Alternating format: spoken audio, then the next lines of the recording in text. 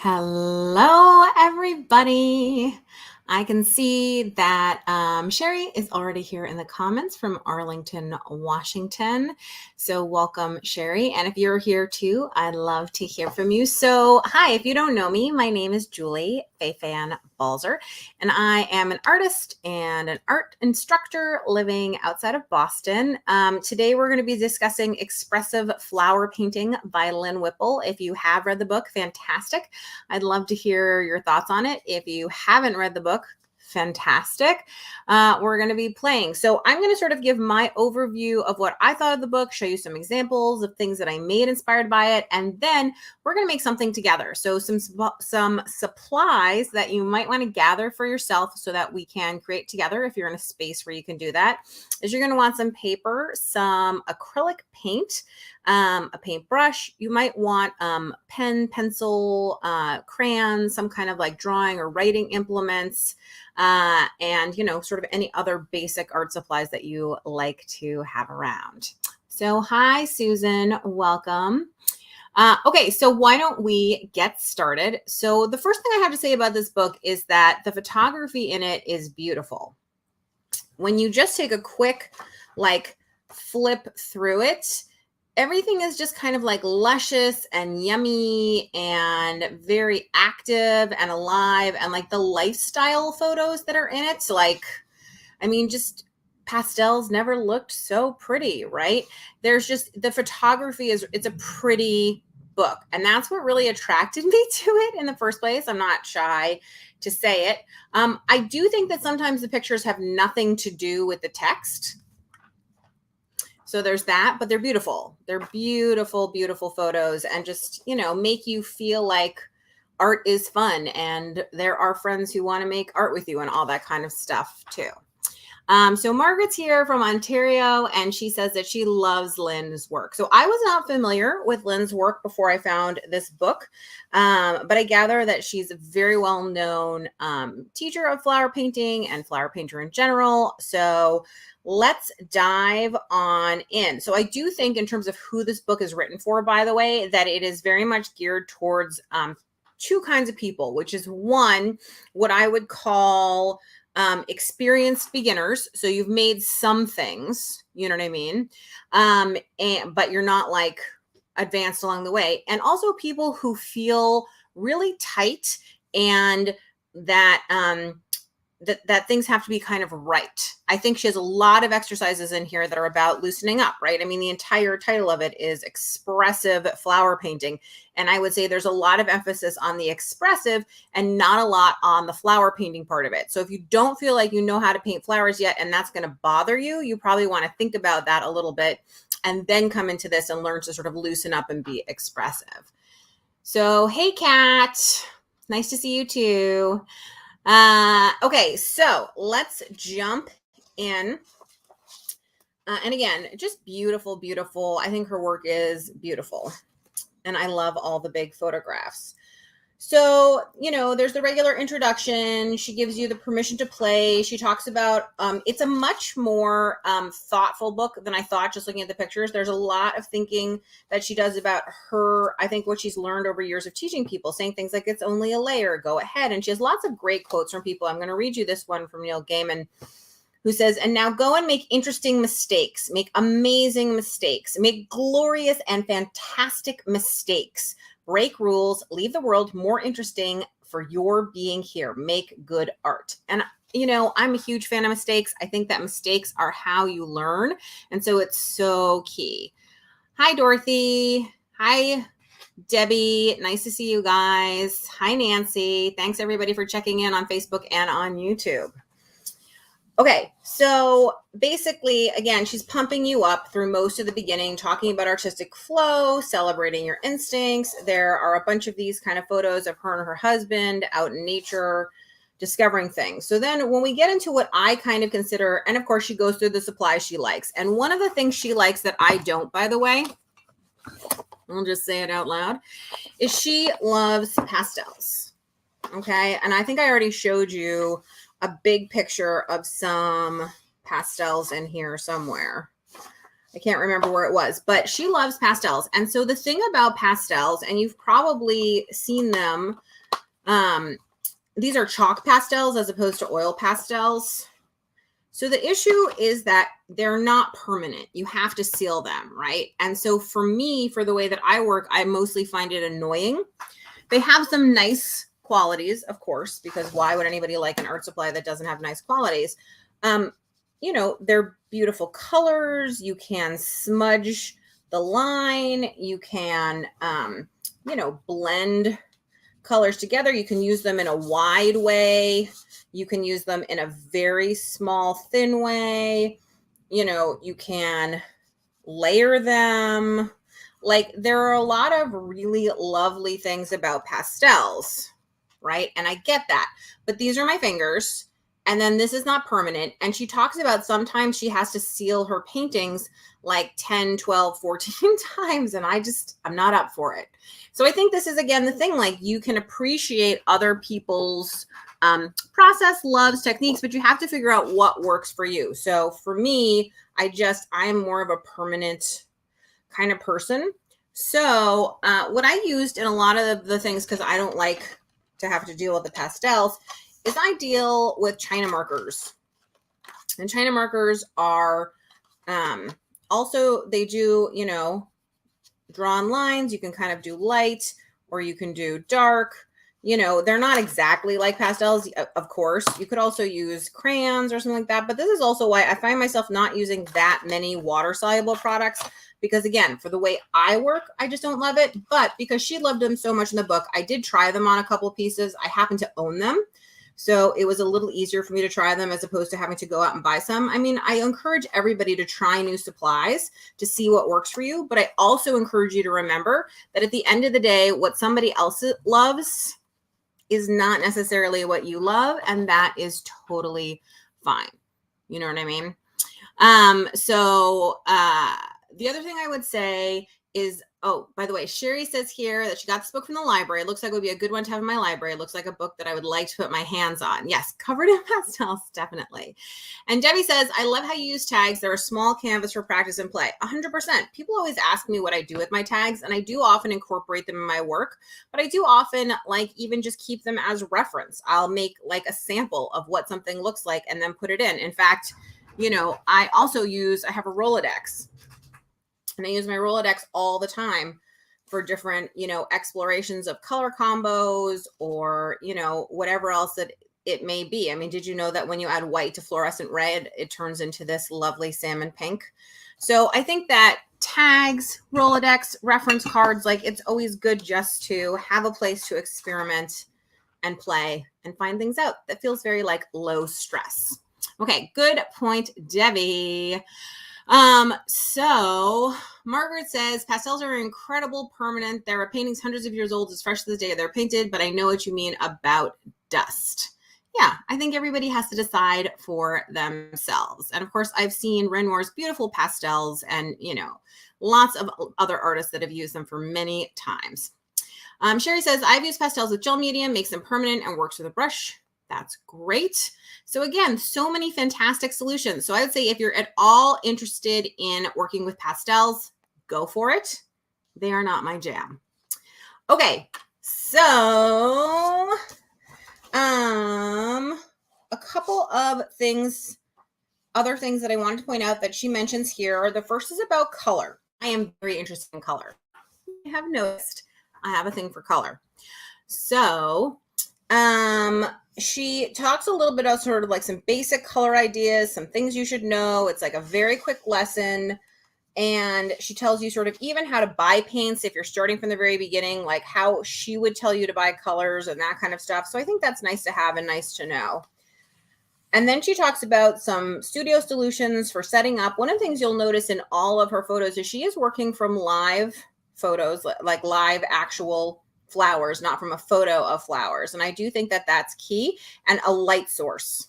So a light source means that you have a way of seeing the flower as a 3D shape and less sort of flattened out. So that's always an important thing too.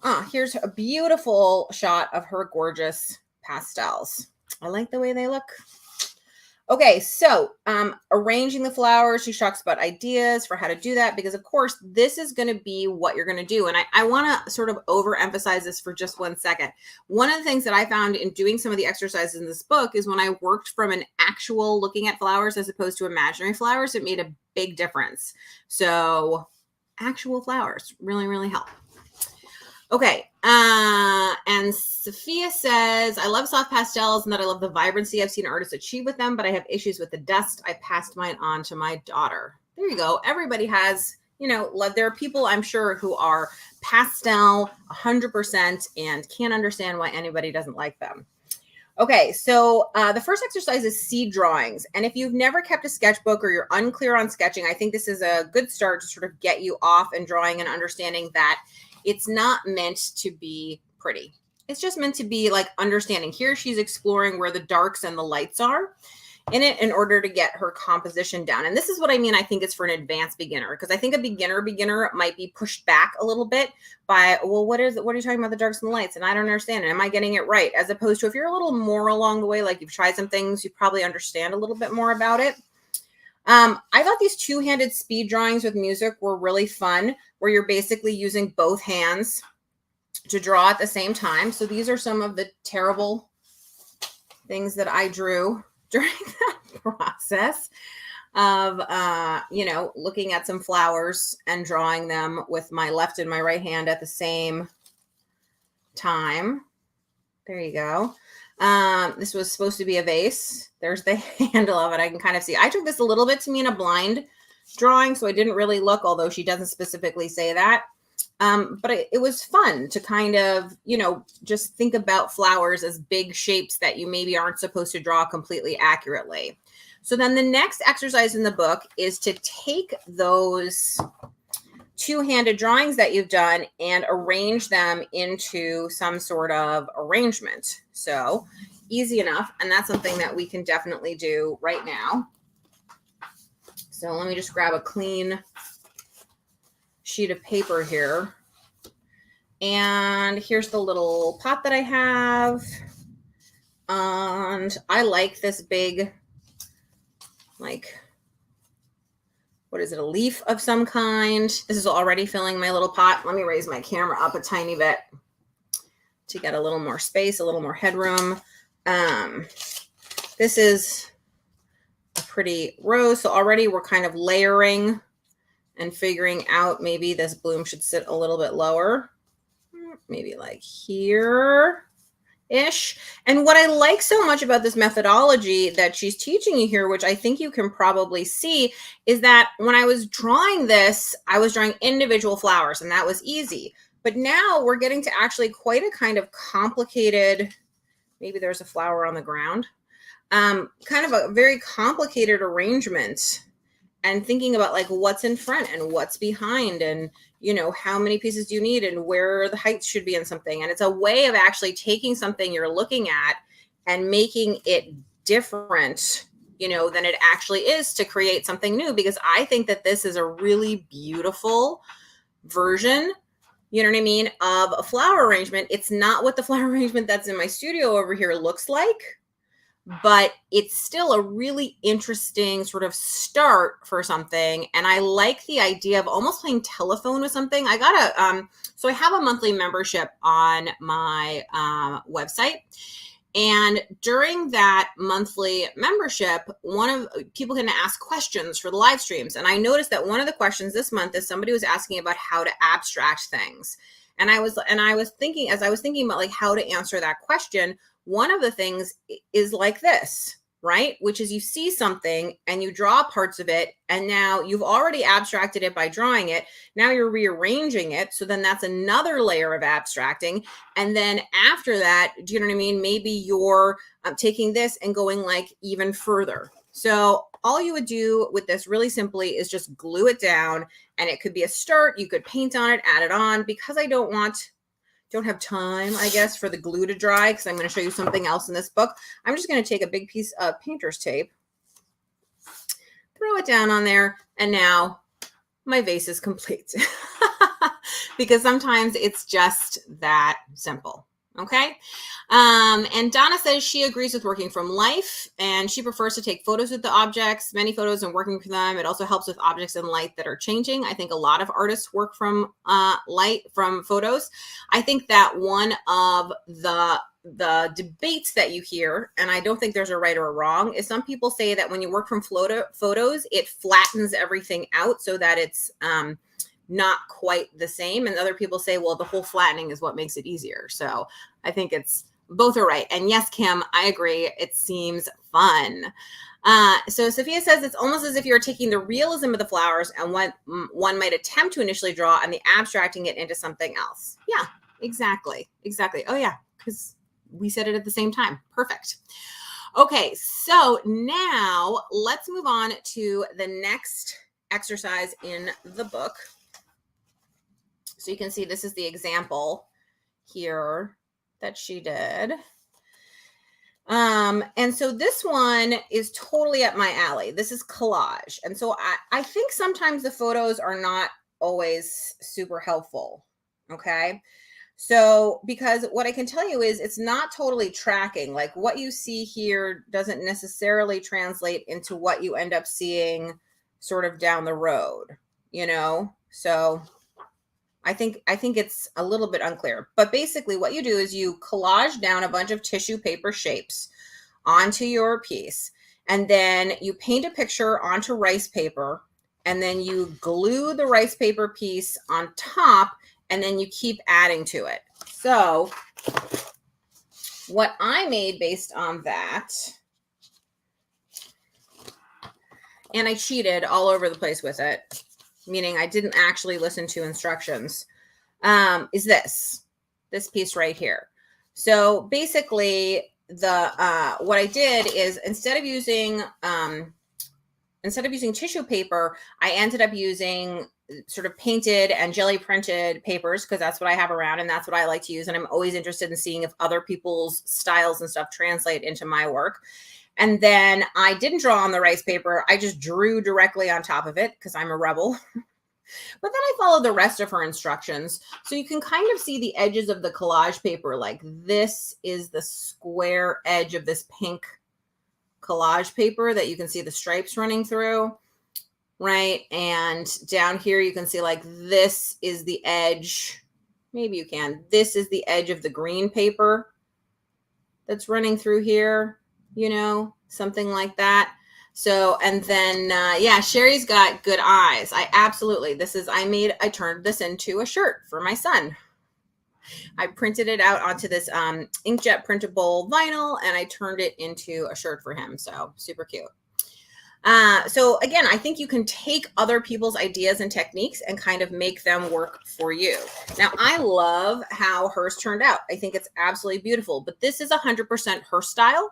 It's not necessarily my style. And while I am interested always in learning people's ideas and styles, I do, even when I'm learning, try to translate it into my own work. So bear with me for a second, story time for just a minute. There's a thing called Cornell notes. If you've ever, if you went to college fairly recently, you might know them. I don't know how old Cornell notes are, but basically here's the gist of how it works, which is you have a piece of paper and it's pretty much divided into 3 sections, okay? 3 sections.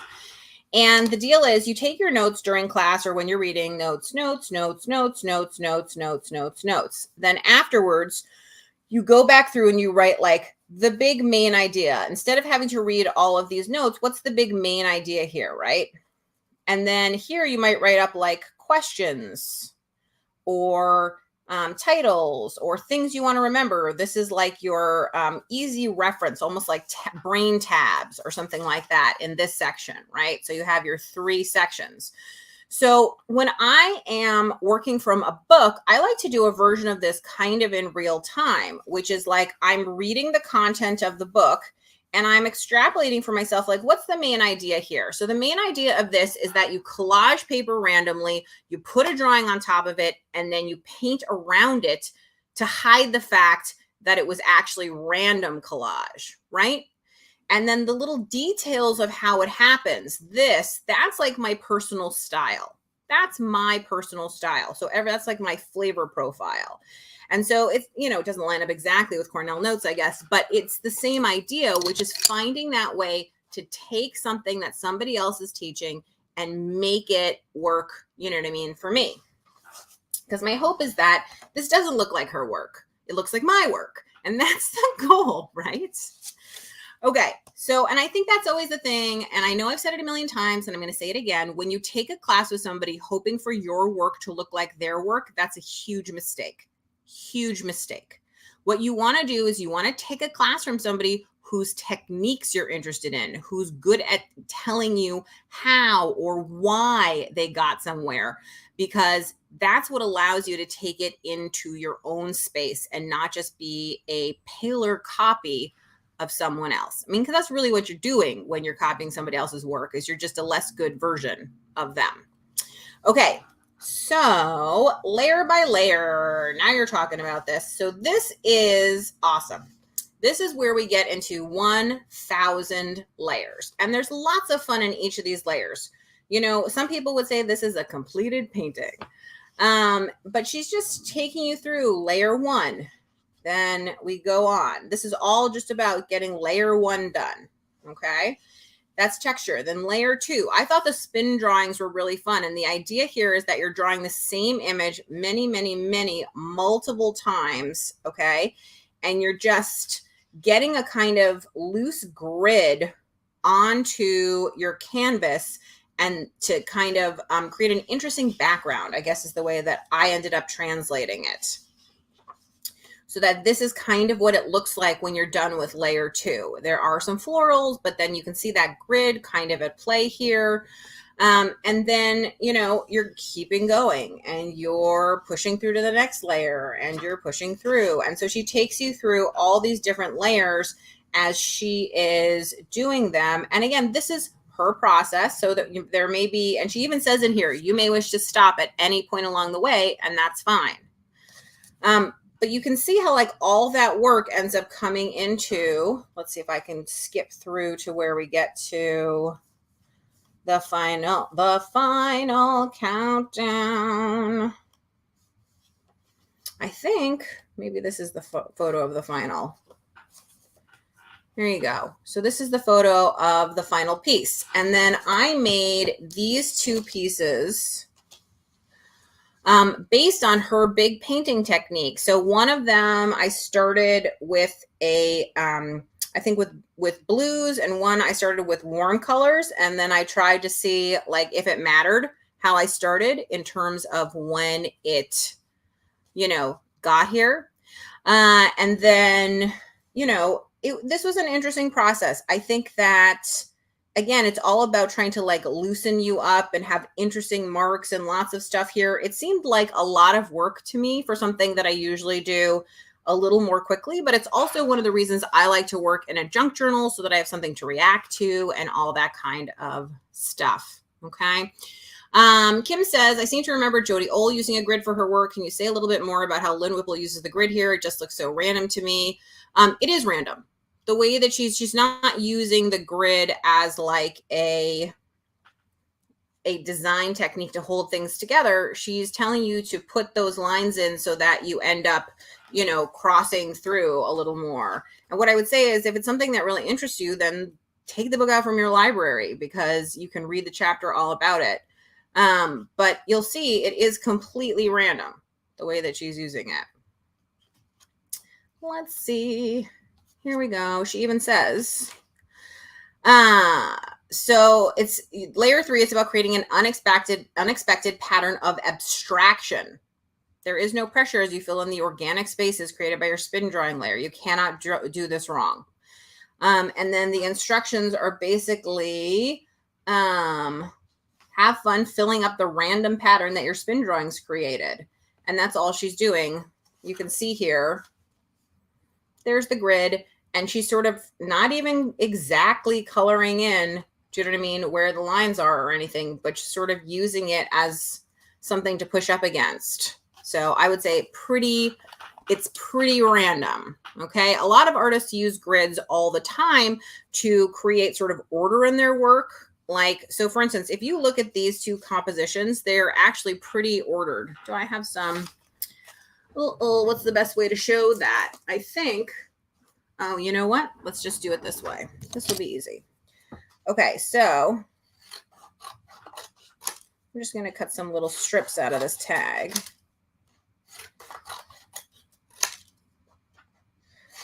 Strip, strip, strip. Strip, strip, strip. Strip, strip, strip. Okay, so 1, 2, 1, 2. Okay. So the traditional, this is something, by the way, that I teach in my design boot camp. If any of you are interested, we're enrolling now, so I'll just put the link up for that.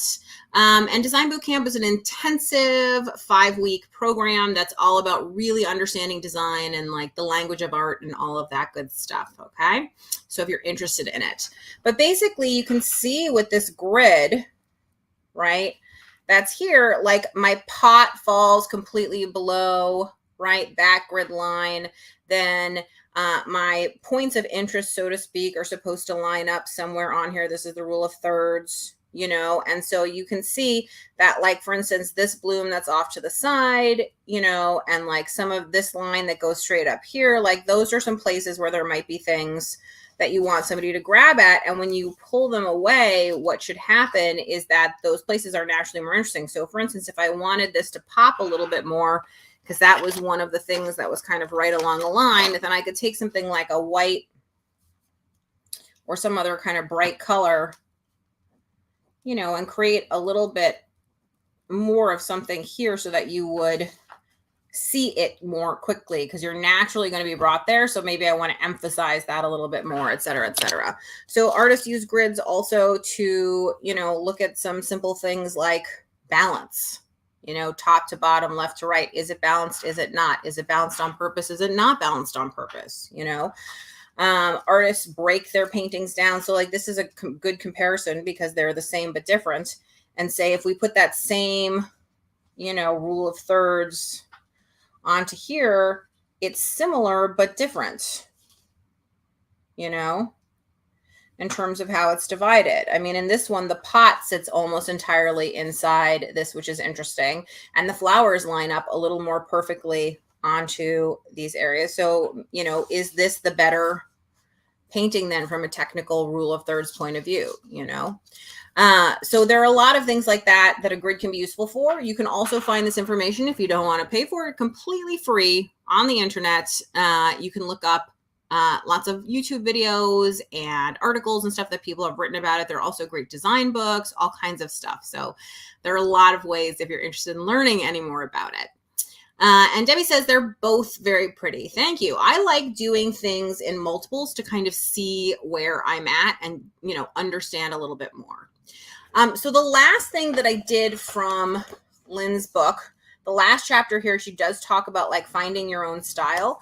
So the last thing I did is, because I kind of cheated with this one and didn't use the rice paper, I decided, you know what, she talks so much about rice paper, I want to try the rice paper. So for this one, I did more what she asked. I put down some, I had some random paint on here, and I just threw down a rice paper drawing. And you know what? You can't even tell that the rice paper's in there at all, or that these flowers were originally on rice paper. It was actually really cool. So I left one kind of blank so you guys could see. This is what happens when you glue the rice paper on top, is it just ends up looking like your drawing is directly on there. So I have some rice paper here. And there are lots of kinds of rice paper, lots of different weights of rice paper. Rice paper is actually related to mulberry paper.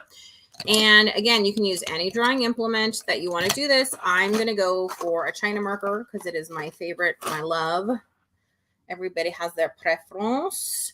And I'm going to just quickly sketch out, you know, a loose kind of flower. I'm vaguely looking at an arrangement that's sitting in my studio. You can probably see me looking just off camera at it. Okay. But there's my basic like line drawing of my flower. And should I do another one? Let's do, this guy's kind of an interesting one. By the way, I get fake flowers all the time at Michael's, especially when they're on sale, because otherwise they're stupid expensive. Fresh flowers are awesome also as well, but the fake ones can get you through a long winter, which is nice. Okay, so I've drawn a couple flowers on the rice paper, and now I'm going to go ahead and cut them out. And the nice thing about the rice paper is you don't have to cut like super close around it. You really can give it a kind of like ish cut, shall we say. So I'm cutting kind of ish.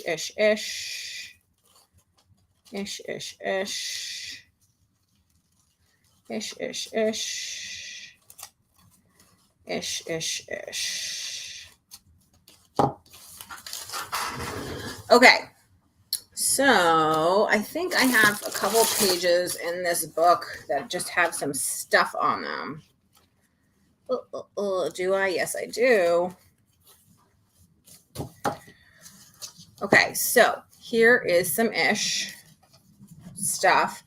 And, you can play around with where you want to place this. This kind of starting to look like a bowl to me. So maybe I want to put my bloom as if it's coming out of the bowl. And the nice thing is, as soon as you get that gel medium going, oh, I got to dry out my brush. It's soaking wet. As soon as you get that gel medium going, and the rice paper that I have is very delicate. So let's hope I don't rip it. Oh, I'm squidging it everywhere. Here we go. I have traditionally used deli paper for this kind of stuff, but it's not quite as transparent. Oh, I already ripped the stem off. Well, here's the stem because I'm too rough. But you can be more delicate or get better, thicker quality rice paper. But you can see how nicely it just kind of disappears right into the work. And then you have the beginning guideline for something. So I can do the same thing with this second flower.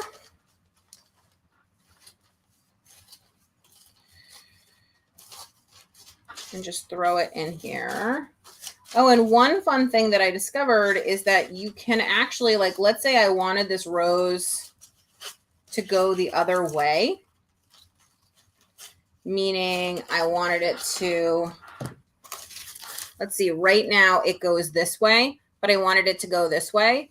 You can, this time I'm just going to put the gel medium down onto my book and then plop this on. You can put it face down and then pour some gel medium on me.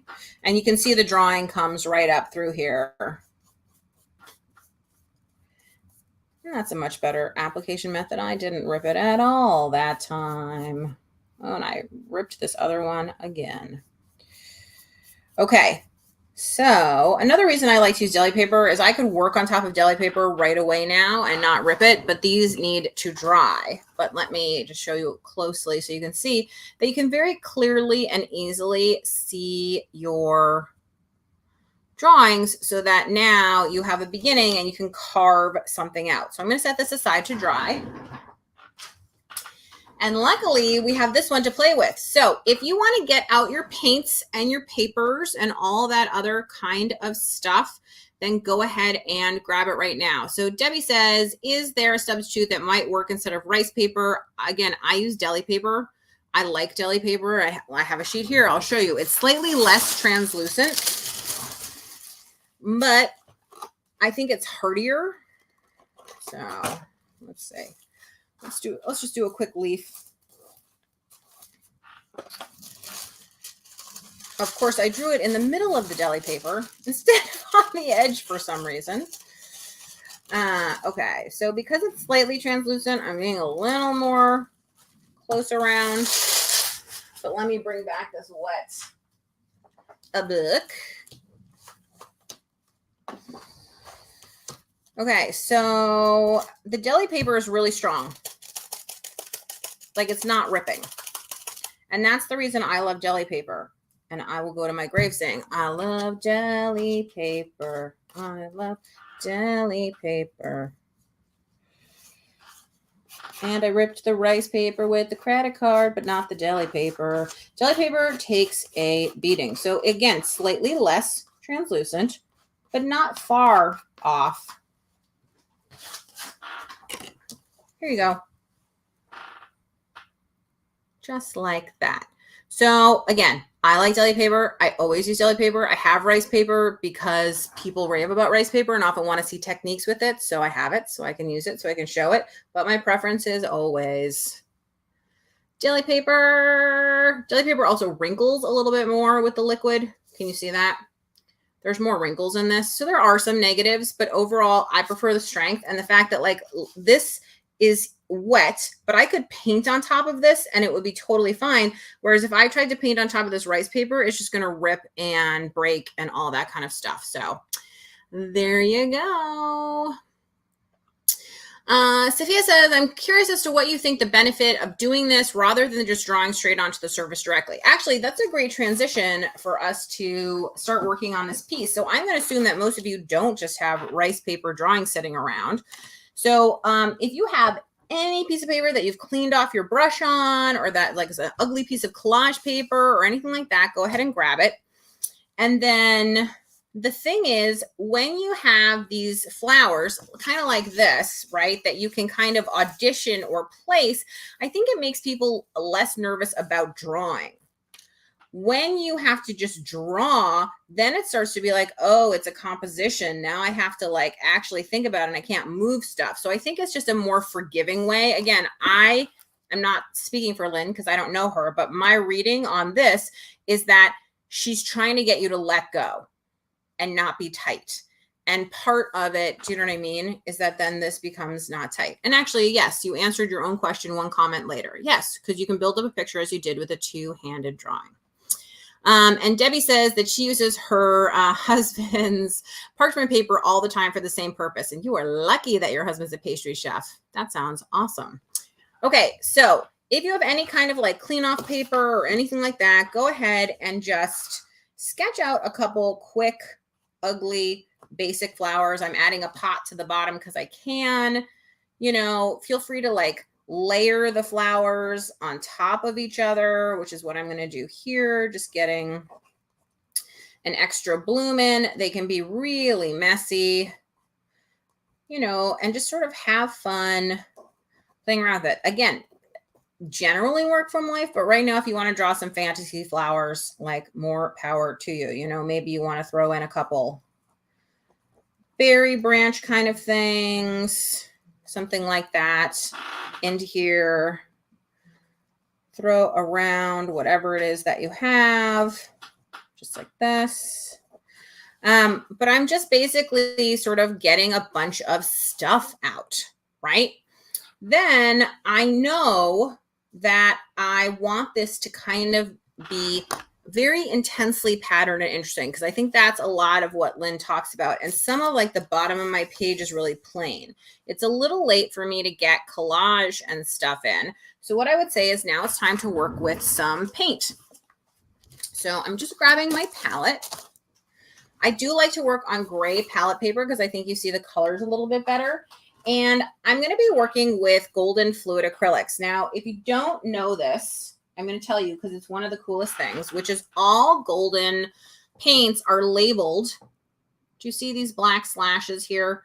And then in the factory, they hand swipe the paint across so you can see how opaque or translucent they are, which is really fun. So these are both fairly translucent because I can see those black lines through it. But for instance, this, oops, I almost dropped it, is a very opaque paint because I can hardly see those black slashes through it. So you can sort of tell right away what the paint is going to look like out of the bottle, which is cool to me. Okay, so let's go ahead. I'm taking out obviously some yellows and greens. So there's a little bit of yellow. Why do I not use the paint straight out of the bottle? Because it comes in all these yummy colors. And the answer is because I like to create my own colors. And also because when you mix colors together, they work together better. They become more cohesive.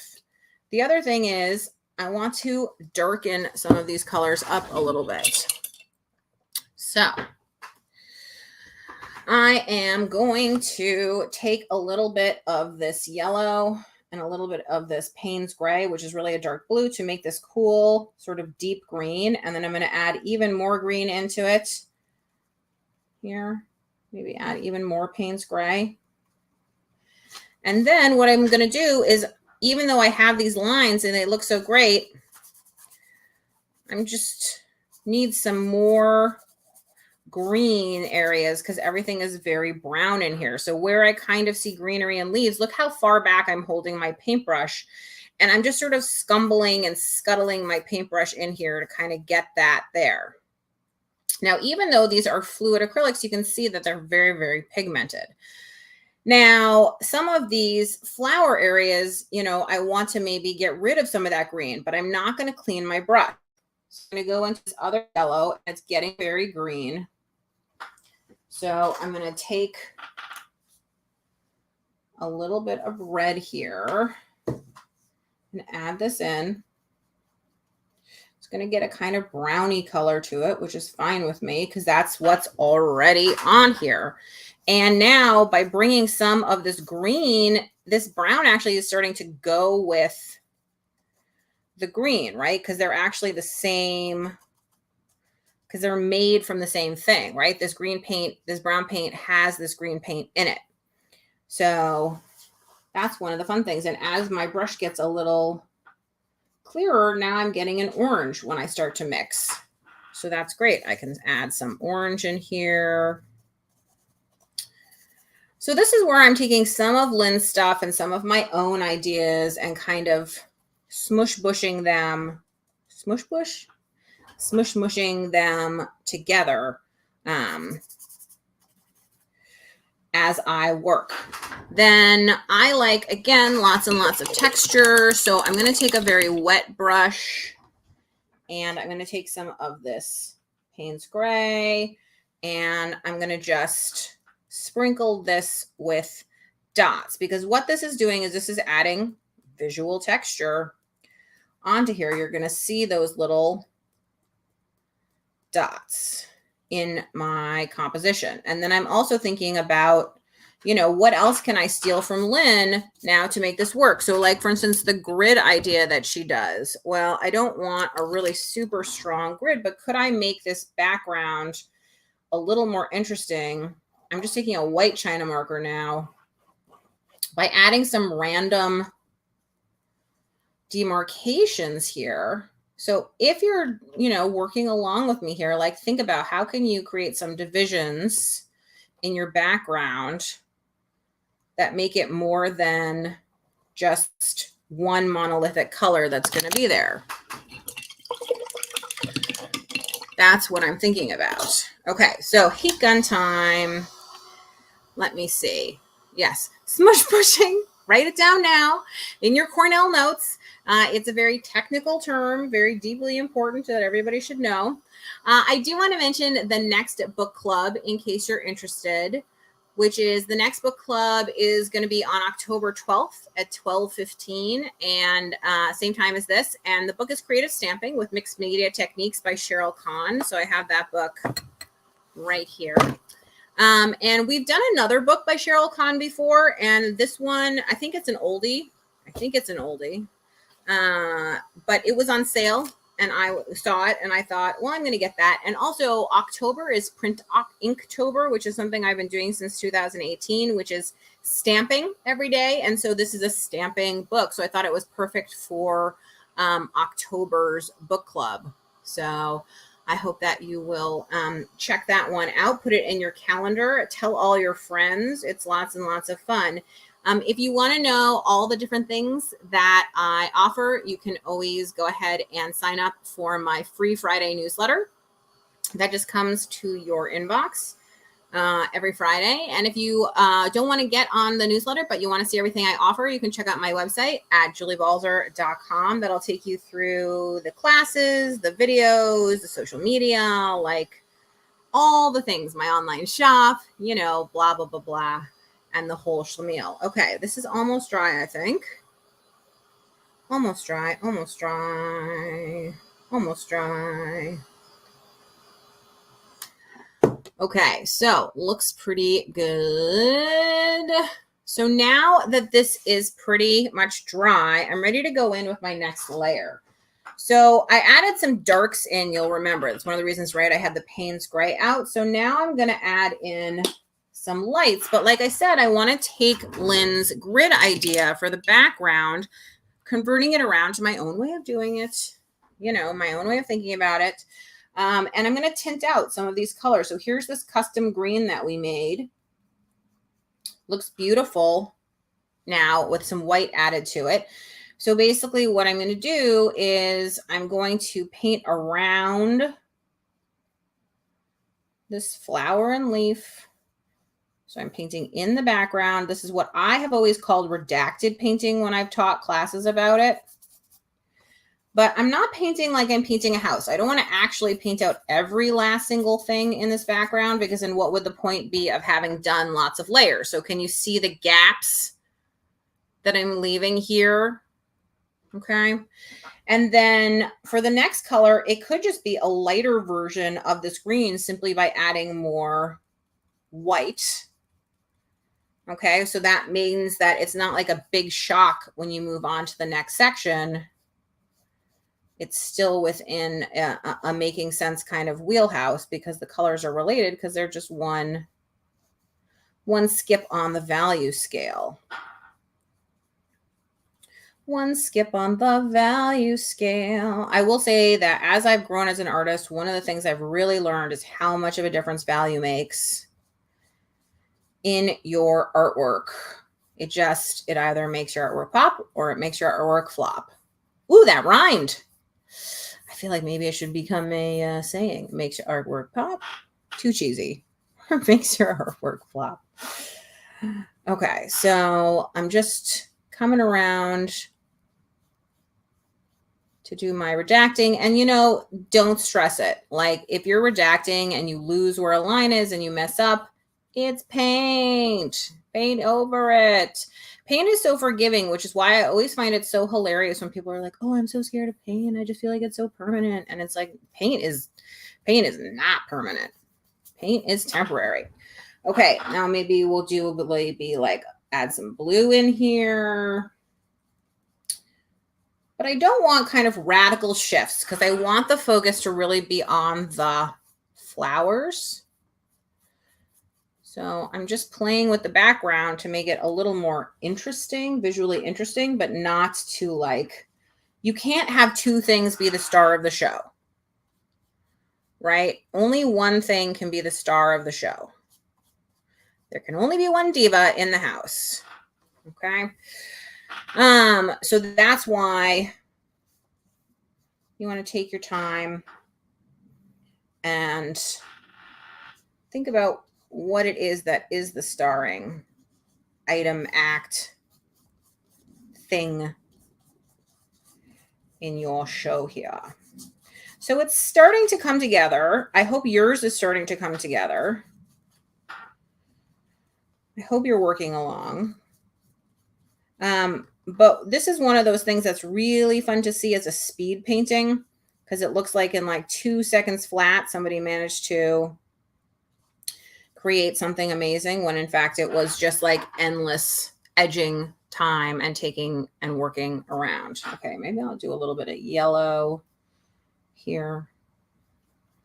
And I'm adding the white paint, A, because I want to make it lighter. I want to tint it, but also B, because I need the opacity in order to get over everything that's happening here. So, and you may find that you have trouble seeing what you originally intended. And so then you end up having to make up some new lines and places. Like I can't quite remember. Is this supposed to be a leaf? I have no idea. We'll see what happens. I'll paint it out, and then if I need to, I'll paint it back in because I can. But I'm just trying to establish like what is what is a space, what is a leaf. Wow, we're getting kind of philosophical. What is a space? What is a leaf? In the world and in life. I think that this is supposed to be a leaf right here, but I can't really see it. And I think that this is the edge. Okay. You have to sing as well when you're working on it in order for any of these techniques to work. Okay. So let's see. So now I kind of am seeing like the basic outline, right, of my flower arrangement. It's kind of coming to life. Some of these border lines are a little too severe for me between the sections. It was a good idea, but it's getting a little bit harsh. So I'm just spreading some color around to kind of blend them a little bit so it's a little softer. And now I want to make sure that this is dry-ish, but I can come in if I want to define things a little bit more, or I can leave it alone and say that it's fine. But now you can see why those darks were important to making some things pop out. Okay. Layer by layer by layer. So how do I make this more me? What a good question, you guys. You should be asking, what are the things you can do to make it more you? Well, I certainly think with this flower, if the center were a little bit brighter maybe, and I could see a little bit of what was happening in here. So I'm just going to add a little brightness in there. And I like to scratch in with a little bit of sgraffito there. Maybe steal some of this yellow, mix it up with the orange. And again, look at my dirty, dirty brush, because I do like to have it be all the colors kind of mixing together. So I've just defined this flower a tiny bit more. So that there's that sort of like edge of the cup of the flower, so to speak, where it connects into the stem so that it can be in the front and maybe have some bold leaves. And then maybe I can find out, originally, I think there was a flower that I covered up here. So I'm going to kind of make sure that it really does get covered up and out. There's a little bit more of that flower to find. So then this one got knocked back, which is what I want. And I can take some more darks here.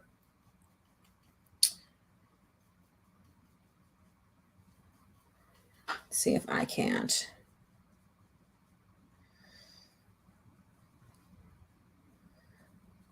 Right behind here, get it blended in, but not so tight.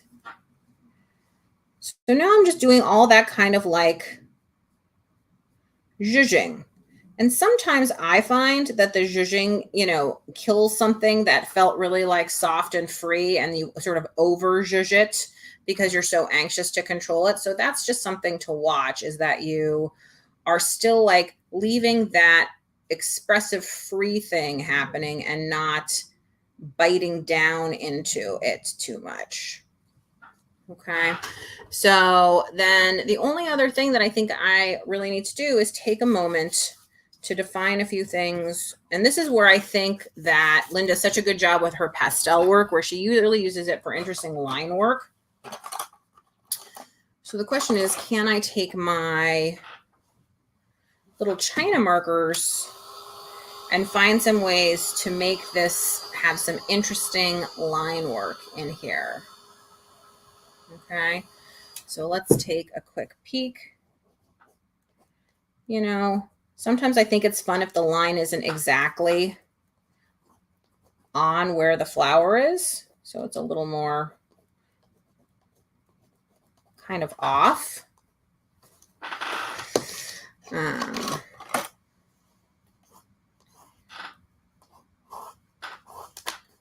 So that you get kind of that sense there. Let's see, maybe these will be kind of an orange.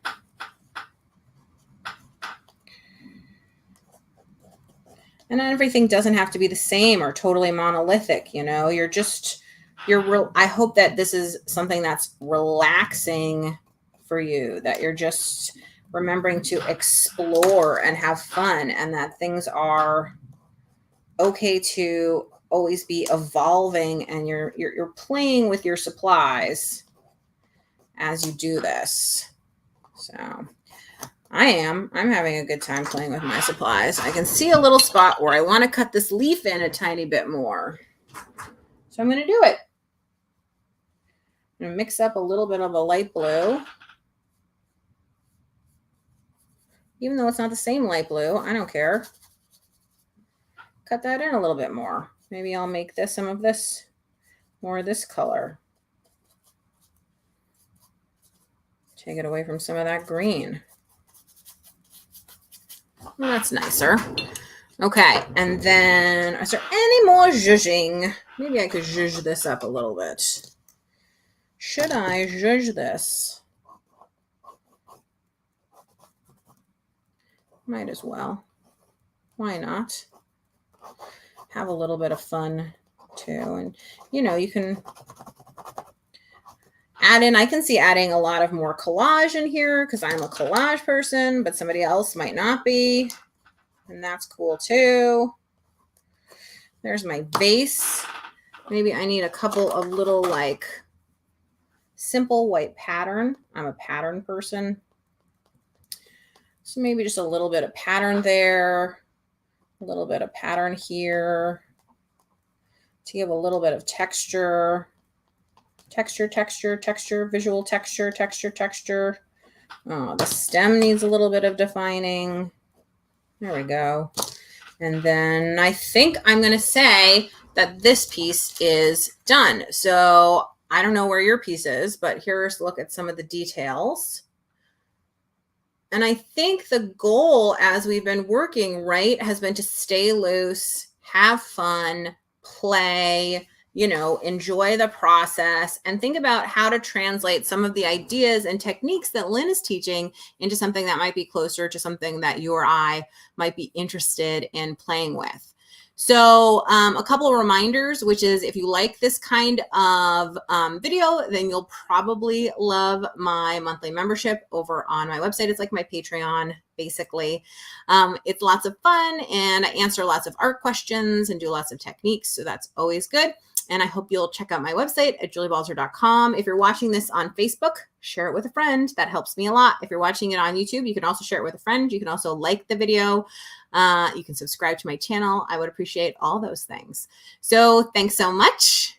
And I will see you guys next month. And thanks, Susan, for saying that the monthly membership is great. I appreciate that. And just a reminder, I'm going to put the book up again for next week. For next month. It's Creative Stamping Technique, Mixed Media Techniques with Cheryl Kahn, and I hope you will join me for that. So thanks so much and goodbye. Thanks, Nancy.